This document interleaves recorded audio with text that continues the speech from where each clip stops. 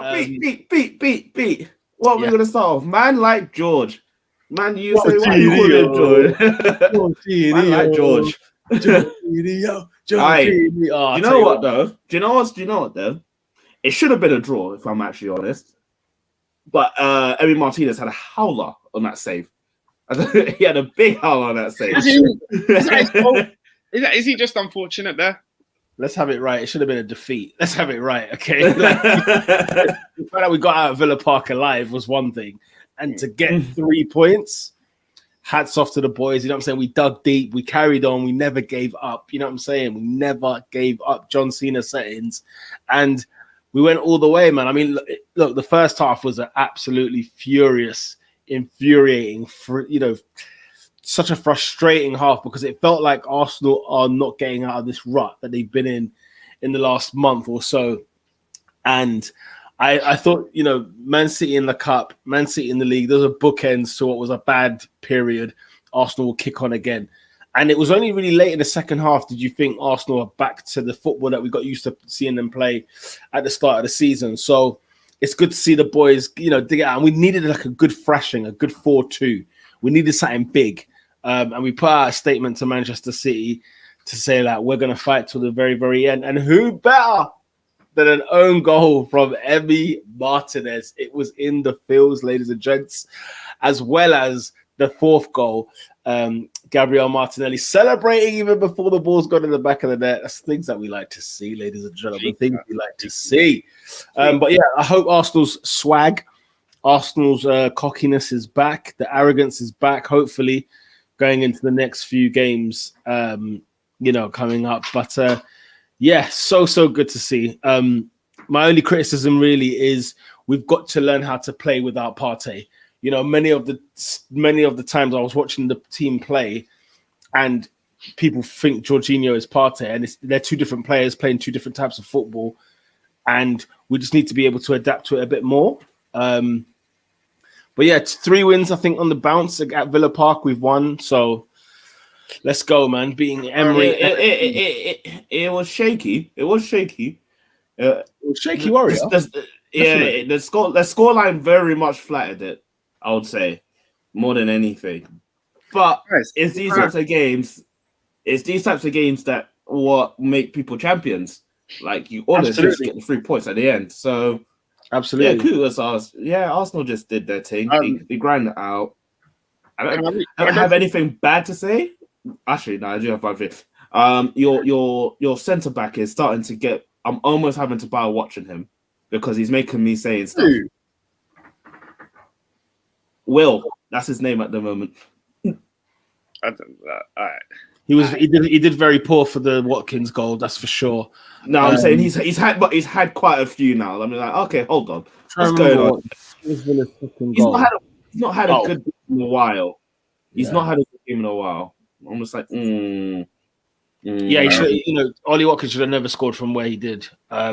He had a poor first touch, took it out wide, still had time to excellent finish out and bury it, and the finish was superb. Excellent. Should never score from there. And the second goal, obviously defending, we were all over the place. As I was saying about the Partey thing, like we were just all over the place in midfield. People like Odegaard or Jorginho being left on there. Odegaard, by the way. Like I think I said recently that he had his worst performance then, and I feel like I've been saying that now for like 3 out of the last 4 games or 5 games. I feel like I've said that like 2-3 times now. And yet he was given man of the match. Don't know how. Apparently he turned up in the second half when he had that miss. My God, I couldn't believe what I was seeing. I just want to apologize to the commenters because you two have just rambled on, and we're 6 minutes in. We haven't even one comment. Come on, guys. Mirage said it doesn't matter. Do you know why? Do you know why it doesn't matter? Jorginho. Look at him. He's back. He's back after 1 week. after his slumber, he's back. Mirage said, "Good evening to the greatest football podcast to air when there are no refunds. My stocks in Champions Elect are not for sale. We back up. I take everything I said back in the last episode." Wow. Backtracking. Man, are saying rest in peace, Chelsea. Big up, Nathan. Adrian said Arsenal battered them towards the end and they earned their luck. Lola's back. Big up, Lola in the building. Lola in the comments. Gone for a hot minute. First half was nonsense. Second half, I fully thought we'd bring it back. I was doubting still. Yeah, there's a lot of Emmy Martinez slander. SW6 is saying that Lola, he knew that Lola was trying. How about a contender for goal of the week? SW6 says that's nasty. Oh, fantastic. Fantastic. But, what can I say? What can I say? Yeah. Lola also says, respectfully, Robin, you refuse to bring out watches for Bear of your lot. That's a fact. You can leave that alone, William. Whoa! I have everyone that has asked me about watches. They've eventually received the watch. So watches come out. Yeah, but like Saliba for like the first half of the season was one of the best centre backs in the league. Now he's on. No, but I'm saying he's had a massive dip. Yeah, I didn't say bring that out. He's on a shaky run. That's unfair. I said, I'm still the watching. Word watch, Robin. You said the word watch. I said, I'm watching. Bro, he's still Anywho. He's a team of the year contender. You can't be talking about watches. Lola says Odegaard was 6 second half. Peter, listen up. Bar that miss, he was the best on the pitch. I don't know about that one. I don't know about that one. Brilliant. Assist. Peter was talking crud in the group chat. Hey, do you know why? But you know why though? Yeah. Luigi was nothing to scream about. The makeup of the midfield is worse than with 5. Personally, yeah, I think Arsenal. You know what? Do you know who I'm more annoyed at? Leon Bailey. That brother had enough chances to put the game to bed. Bro, the guy's overrated. And I looked at it. Had he not scored he literally had 1-on-1. And literally, he could have just put it 3-2, game done when moving on. But no, this guy, he just annoyed for 90 minutes. He was annoying me. Useless player.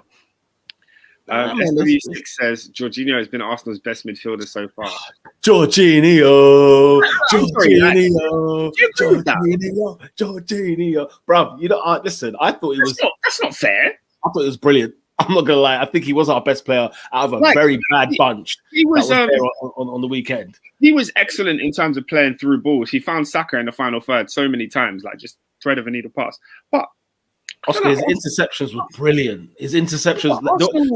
There were moments in the game he would nick the ball off, which didn't seem dangerous, but had he not covered, it could have caused us major problems. There were many times where he was actually. I think it was like.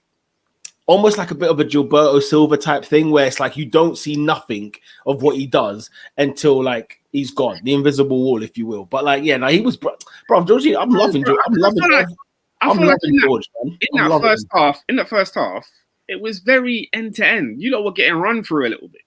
Like, they were like Villa weren't having trouble getting through on midfield. They weren't. But the thing is, go watch the football because the football they weren't playing through the midfield as such or anything like that. You have to always remember what Jorginho's positioning for Arsenal. He is an attacking player. He's not a defensive player. And when he's in our system, he's more attacking. And obviously, he was there left by himself every single time, left by himself. By your mate, the Pritt stick. You can say he's not an attacking player, but he's your deepest midfielder. So there has to be some sort of awareness and control in those positions. That's why I said we have to learn how to change and adapt when he's playing in that position, because there's room for him and Partey to be there. There's room. I agree. I agree 100% with Lola. J5 wasn't the best player. He was good on the ball as expected. Off the ball, it wasn't anything to chat about because of him. The midfield drops deeper and the transitions are slower. No thanks. I'm so sorry. I think he intercepted bare possession, man. Like he was really good. I think he was good. I think Arsenal as a whole were poor in the game. They were poor, right? Yeah, but you were poor. You were poor because you didn't have control, and Jorginho is supposed to be the controller. That's not true. We had like 60% of the ball, 65% of the ball. But every time you lost it, they would have an attack. Just like the Man City game. Man City, we reduced them to like 35% in midweek. I mean, Man City is Man City. I'm not judging it against Man City. But what I'm saying is that when you say we don't have control, we actually have the ball. So if that's not control, I don't know what that is. Do you think? Okay. Do you think this was Arsenal were in control of this game? This was the most end-to-end game, bro. For a neutral, this was, bro. It was thrilling. I enjoyed this match from start to finish as a not as a neutral because I wanted Villa to win, but like as somebody just watching the game. The first half was end-to-end. It was electric. Yeah. No team, I would say, had control. No, we were awful. We were absolutely garbage in the first half. No doubt about it. And nothing was sticking. Nothing was getting there. There was nothing happening. But in isolation, when Villa would attack, you could count 3, 4, 5 people of sleeping, not doing their bit, not doing their job, not covering him, not covering them. And like Villa, it was like a knife through butter for them. Like every time they attacked, it was like free flowing. It was the crowd were behind them, and it was like easy. When Arsenal had the ball trying to attack, it was very staggered, very rigid. And it's one of those where when you're away from home, you have to weather that storm. Your chances will come, and we had like 20 shots on goal. We had bare chances. Yeah, man. Like we absolutely battered their goal.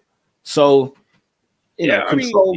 I mean, pick up the chance creation. SW6 says all this off the ball talk is well known. What he does, he's effective on the ball. Come on, absolutely. I think in this game, he definitely was effective on the ball. He's been by the way, in fairness to SW6's comment, he's been effective since he's walked on the pitch for Arsenal. Every time he's got on the pitch, the guy has created something. He's added to the team, especially when moments where Odegaard, in all honesty, hasn't been that as creative flair that we've got used to in the season. Tougher games, yes, but we haven't. When he's kind of stepped away, we've had somebody else step into that. It's just it's a lot deeper.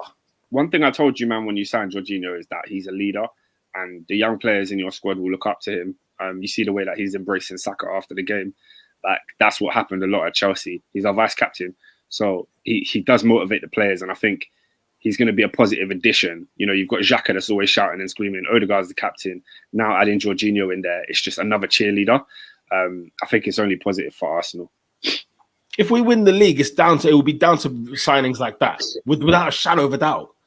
Because it's something different. Arsenal have had to adapt without Partey in the side. Many people thought we couldn't and we wouldn't. So, we're finding a way. We're doing our thing, man. Lola says the Arsenal chances for Arsenal came about because of Odegaard and Saka, not J5. It came from all of them. Like Lola, you're just choosing to not rate Jorginho at all. If you're saying that he didn't do anything in terms of the attacking, come on. I love the fact that everyone's still calling him J5. He wears number 2. J20. Yeah, credit. What is credit needed? He's fine. Adrian, you're in the building, bro. Talk to us. What are you saying? Aston Villa versus Arsenal. Yeah, no, listen, I think when you look back on the title-winning season, these are the games you go to. And I think I said in the comments, like, that's one thing Liverpool used to do it. Like, how many times? There was like 6 times, 2018, 2019, people were like, oh, you're lucky, keeper made a last-minute howler. But listen, if you're battering the team and if it's constantly wave after wave after wave after wave, you're going to buy your luck, man. And I think players like Saka coming up, stepping up to the fore, got to respect it. I was going to say, I think we're being a bit harsh on Saliba. I think we have to give context to what Saliba's walked into. This is his first season in the Premier League, 21 years of age, bang, title race straight away. So like mistakes are bound to happen, but he's top drawer, man. Like he's going to be top 3 centre backs on the planet at some point in his career. I saw a tweet that said, Saliba hasn't been the same since the World Cup. And then they put that Lukaku meme. He was like, you didn't even play. Like, why are you tired? You didn't even play. But I'm thinking why? Because I remember like, at first it was he was on a yellow card. He didn't want to get suspended. Now that time is gone and it's still not picked up. But yeah, man, he's done his thing generally. Baraka said, as much as I would slander J5, him leaving Chelsea at this point in the season massively benefits us. It was stupid. That's a question. Ridiculous. Is the J5 thing settling a little bit? What do you mean? Like, are you like, how can I put it? Not over exaggerating his impact on what he does, but are we sort of loving it up a bit too much to compensate for the fact that really and truly those other targets and other players Arsenal could have got, and he's like your 4th, 5th pick? I'm gonna be real, Adrian. I think if he doesn't score that goal, no one's talking about Jorginho at the end of this game. Yeah. Like that's what I think. But he scored, so I can't take that away from him. Yeah, to be fair, and that's the main thing, isn't it? Yeah. Yeah, that's the main thing. I hate that narrative because there's been a lot of the narratives. I know we'll get onto United later, but Graham Souness was like, take away Rashford's goals. What are United doing? I'm like, why are we taking away? He's part of the team. I'm like, what are you doing? That's becomes very stupid when Rashford is on a run.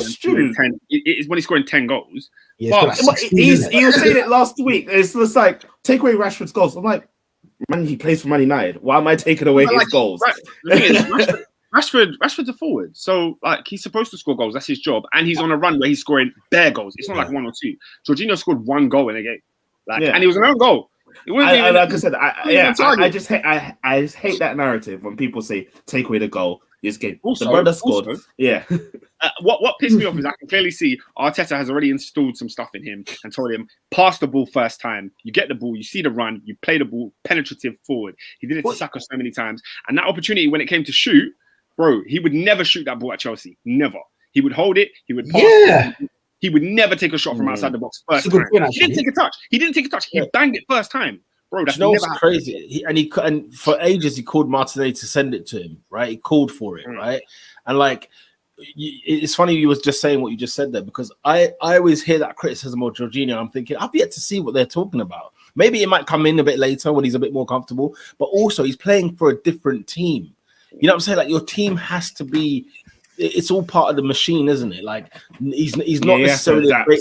He's not a great player or a terrible player. He depending on the system he's in, he could show his colors. You know what I'm saying? At the end of the day, so I've always felt like this is a top. Like, he's clearly no mug. You know what I'm saying? He's ever present for Chelsea in the years he's been there. He's probably the first name on the team sheet. It's not even like an overhyping of Jorginho. It's just a player. No, what I mean by first, as in he's always there. Every match day, he's on the team sheet, right? He's always available. So he's always available, for example. And then it's like, the guy's won trophies, European Cup, Champions League. You know what I'm saying? He's won trophies. So it's not like he's a slouch. He's definitely no slouch. And so, listen, man, very much he's on our bench. Let's bear that in mind. Like, this is our bench that's playing, and really he deserves to be a first team player at any top football club because he's been doing it for the last 5 years at Chelsea. So yeah, it just it doesn't make much sense to me that the weird, like, this idea that if he doesn't score we don't talking about him. I mean, I probably would mention him if we won the game because like I said to you, for me he was our best player. I think, personally speaking, I didn't think Odegaard was our best player over 2 halves. I don't think Saka over 2 halves. Trossard, Oscar sent a tweet of Trossard's performance, and it was to the tune of Angels by Robbie Williams. And I hated that tweet so much because it was like almost like you can't argue it, right? Nobody played excellent. Do you know what I'm saying? Maybe Ramsdale, you could argue, but again, like that first goal was a bit questionable. Yeah, he could have said. I was gonna say he could have saved that. He makes amends with that Leon Bailey save because I think the Leon Bailey goal, it's a goal. You know what I'm saying? It's a goal. Like, how he's missed it. And he tips into the post as well. Yeah. What I'd say on Aston Villa very quickly to the Villa fans out there, you saw a classic Unai Emery goal, Unai Emery performance in 90 minutes. What Arsenal fans suffered with for years. Because, guys, at 2-1 or at 2-2 even, he takes off both number 10s. So he had Coutinho and he had Buendia, right? And don't get me wrong, they weren't like causing havoc for Arsenal, right? They weren't, but they played okay. They played well, but he took them off, and I think he brought on Bailey and he brought on I think Jacob Ramsey, people like that came on, and you sort of think, why has he done that? He's at home. I think I know why he's done that though, especially the Bailey one. It's negative because he wants to hit you on the counter essentially. The thing is, though, the game was fairly balanced. Like, it was balanced. It wasn't like the wind wasn't blowing one way. Yeah, I thought that move gave Arsenal the ascendancy. That means gave us impetus. Yeah. Do you know what? Let's go for it. They took off even Moreno, I think, as well. And don't forget, like, people like Coutinho and that came off like on the hour. We're not talking like 10 minutes to go. Coutinho's not a long time player. Oh, come on, like, let's not act like he's 35. Do you know what I'm saying? We're not going to do that. Be real. Coutinho's washed, man. Coutinho is an impact player. Okay, fine. But Bailey, I'm so sorry. I'm keeping Coutinho and the like on. Okay, if my option is Bailey, I'm keeping the other one on. That's what I'm saying. But then I hear that. What I was saying is that, you know, Unai Emery knows how to get, like, he scores goals. If there's one thing I'll give him in his sides, no matter what kind of teams they are, they score goals. But like the defending is always something that, now don't get me wrong, his weapons are Aston Villa's back four. I get it. Like they bought Alex Moreno as soon as he breathed life in Villa, right? But I saw those subs happening. I said, I bet you that costs him this game. I was just watching it thinking, oh, I remember having to go through that where our best players would come off and he'd bring on somebody that you just think, really? He'd bring on like a Genduzi or something like that. You just think, really? Like, you know, it's 2-0, 2-1. The game draws 2-2. You know what I mean? So, yeah, it was a classic one. You see the way he celebrated. Sorry, can I just address this comment from Balotelli's 2012 Premier League assist? He said he scored that exact goal versus Fulham away in 18-19. Who's this, Jorginho? Well, he's saying Jorginho had a shot from outside the box in 18-19. Fair enough. I mean, that's a pretty small sample size, though, isn't it? It's 2023, bro. He starts every week. Come on, man. Come on, you're killing me. It wouldn't surprise me if it was a lot more, a lot more goal involvement with Jorginho in this Arsenal side. It wouldn't surprise me because he's a different. I always saw there was a different player than that Chelsea side. It just felt like he was too rigid and too restricted to a degree. Let's not go over. It's not a distance to Chelsea. It's your system's different. Hey, you won the Champions League, man. He was an It's like this. I never realized how many people actually hate Martinez. Like people wanted him. That's why. He is a giant. Like he's a massive. Robin, since he left Arsenal, he couldn't stop talking about us for about half a year. It was the only thing that made him relevant in football. Fair enough, he's won his World Cup, right? No one can really chat to him like that, right? Then he did the thing. Then he did the thing with the Golden Glove, whatever it was, right? Like in front of the Sheik. Man, honestly, and when you talk about like if you ever believe in karma, I'm not really a karma guy, but do unto others, you know them ones. But the thing is, it's like when you sort of like see the kind of goal he concedes in terms of obviously it's unlucky. It's not his, he happens to be there. His head bounces off. The second one. Emery's scathing. I don't know if you heard Emery post. Oh, yeah, you tell him not to go up. Why is that people going up? I don't know why he did it. Go up. I said, I don't know why he did that. 100 times, you may score one time, but 20 times you will concede goals. He said he now knows not to do it again for his career. You know what? I find that comment interesting because I think that's indicative of Emery's mindset. Because ultimately, at that point, the game's lost anyway. But he'd rather lose 3-2 as opposed to trying to make it 3-3 and then losing 4-2. If that makes sense. What was interesting? I don't know if you watched Match of the Day, but Shearer and Lineker were sort of like, they were like, bro, you're in my way. For a striker, they don't want the goalkeeper in the box because you're invading my space. Like it was so ironic to hear two strikers talk like that, and it made me think they know best. That's their box. It's them. That's them, man. But if anything, I think it gives you more space now. Like it's, I don't know. Sorry, I only saw the beginning of this comment. I didn't realize it was taking time. Wow. Nathan says Martinez is 30 years old, by the way, and only started getting minutes at 28. Ish keeper and a terrible team. He can hold that. At the end of the day, language is coming out tonight, guys. What's going on? Who hurt you? This is a family-friendly show. You know what I'm saying? This is family show. No, Martinez gets you blood boiling, bro. I understand why. Tahar said, yeah, if he was English in ends, he would get jumped for how he's moving. That's the thing, though. I think if he was English, he would never move like that. That's the funny thing. Any more on Aston Villa versus Arsenal? I'm just happy that we're top of the league, Oscar. We are top of the league. We are top of the league. The limbs at Villa. Did you go to Villa? I did not go to Villa this season, unfortunately. That's your biggest highlight of the season. First of all, I've applied for an away game all season just for the giggles, just to see what I get. You work for the club, bro. Let me tell you. Do you not know how hard it is to get a ticket, even if you work at the club? All the people there can vouch for me. All my Arsenal staff can vouch for me. Yeah, it is impossible. I've only got 2 tickets this season that I've applied for, which is basically West Ham at home. I have season tickets anyway, and Leicester away. Man, applied for a season ticket. No, so like we got like a ballot and stuff. People sometimes you can get like extra tickets for home games. But anyway, I do have to say, just on a couple other points, that Odegaard miss, jeez Louise. Holy smoke. If You lost that game. I wasn't annoyed with him already in terms of how I feel. Look, Oscar, you were right with. If you lost that game, I would be like, right there. Oh, if you lost right that there, game, I'll pause it like it's Monday Night Football. There. I said, right there. You just didn't get to his reaction. Bro, Eddie couldn't believe it. Saka, if you see Saka on the far right, he's jogging because he just knows bread and butter. When he's missed it, he can't believe it. He's like, really? Listen, Oscar, I'm telling you right now, I would have chopped wires had we lost that game. Oh my days. Oh, but that was the first miss. There was another miss that we'll get onto very shortly. That I could not believe it, and it annoyed me the most because I triple captained the guy and he let me down. What, in this game? No, not this game. Okay. Right. Later.